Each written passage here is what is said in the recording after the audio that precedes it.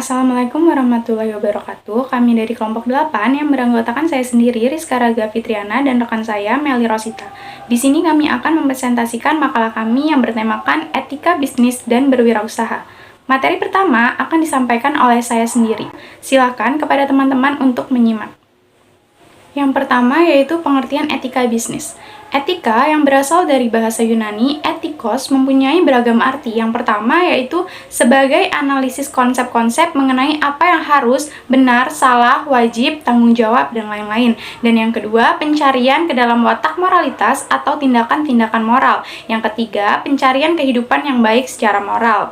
Nah, etika bisnis menurut Zimmerer 1996 adalah suatu kode etik perilaku pengusaha berdasarkan nilai-nilai moral dan norma yang dijadikan tuntutan dalam membuat keputusan dan mencegah persoalan.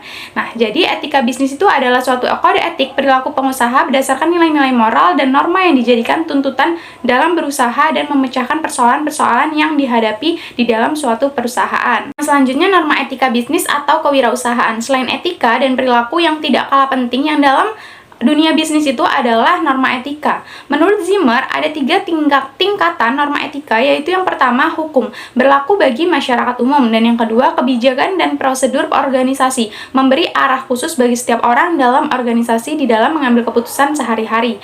Para karyawan akan bekerja sesuai dengan kebijakan dan prosedur perusahaan atau organisasi. Dan yang ketiga, moral sikap, mental individu sangat penting untuk menghadapi suatu keputusan yang tidak diatur oleh aturan formal.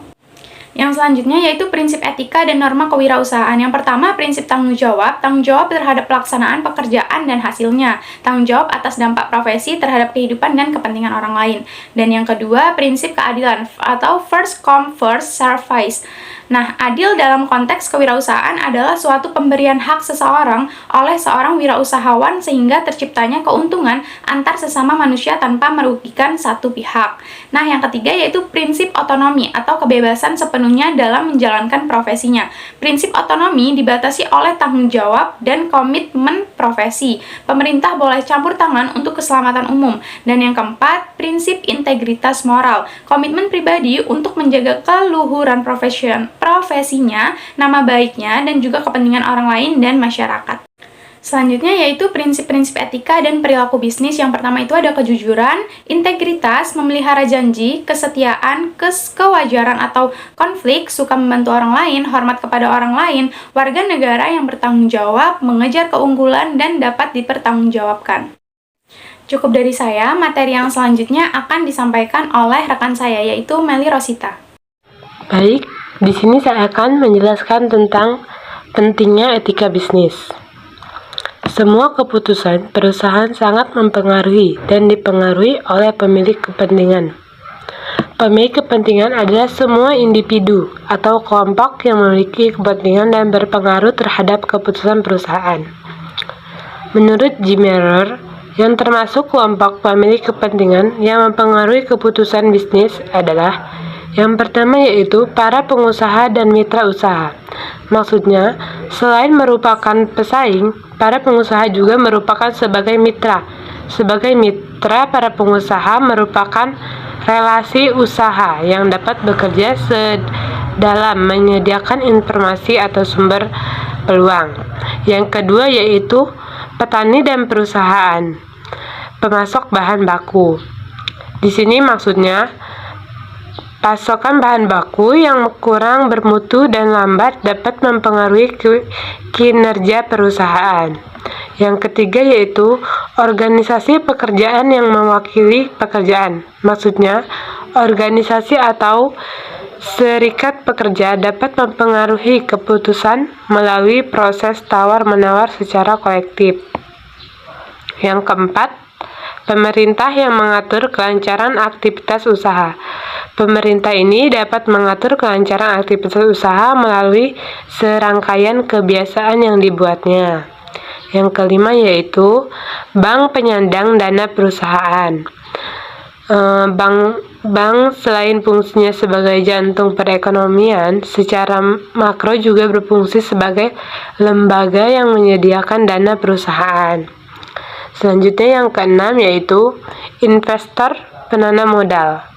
Investor penyandang dana dapat mempengaruhi perusahaan melalui serangkaian persyaratan yang diajukannya.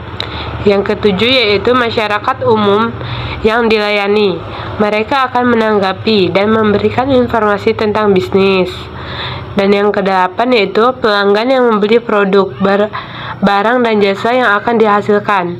Jumlah dan teknologi yang diperlukan sangat ditentukan oleh pelanggan dan mempengaruhi keputusan-keputusan bisnis.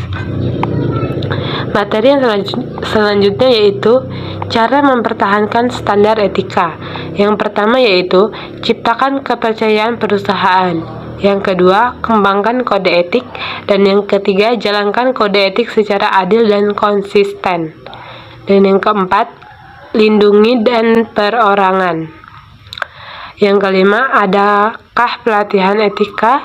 Yang keenam, lakukan audit etika secara periodik. Yang ketujuh yaitu pertahankan standar tinggi tentang tingkah laku, tidak hanya aturan. Yang kedelapan yaitu hindari contoh etika yang tercela setiap saat dan etika diawali dengan atasan. 9. Ciptakan budaya yang menekankan komunikasi dua arah. Dan yang 10. Lebih libatkan karyawan dalam mempertahankan standar etika. Yang selanjutnya yaitu tanggung jawab perusahaan. Etika sangat berpengaruh pada tingkah laku individual. Dalam hal ini, tanggung jawab sosial mencoba untuk menjambati komitmen individu dan kelompok dalam suatu lingkungan sosial. Tanggung jawab perusahaan yaitu meliputi yang pertama, tanggung jawab terhadap lingkungan. Yang kedua, tanggung jawab terhadap karyawan. Yang ketiga, tanggung jawab terhadap pelanggan. Yang keempat, tanggung jawab terhadap investor. Dan yang kelima, tanggung jawab terhadap masyarakat. Baik, itu saja yang dapat saya sampaikan. Cukup dan terima kasih. Cukup sekian yang dapat kami sampaikan. Apabila ada salah kata kami mohon maaf, dan apabila ada yang kurang jelas dan ingin ditanyakan, bisa bertanya pada forum yang telah disediakan. Kami ucapkan terima kasih atas perhatiannya. Kami akhiri. Wassalamualaikum warahmatullahi wabarakatuh.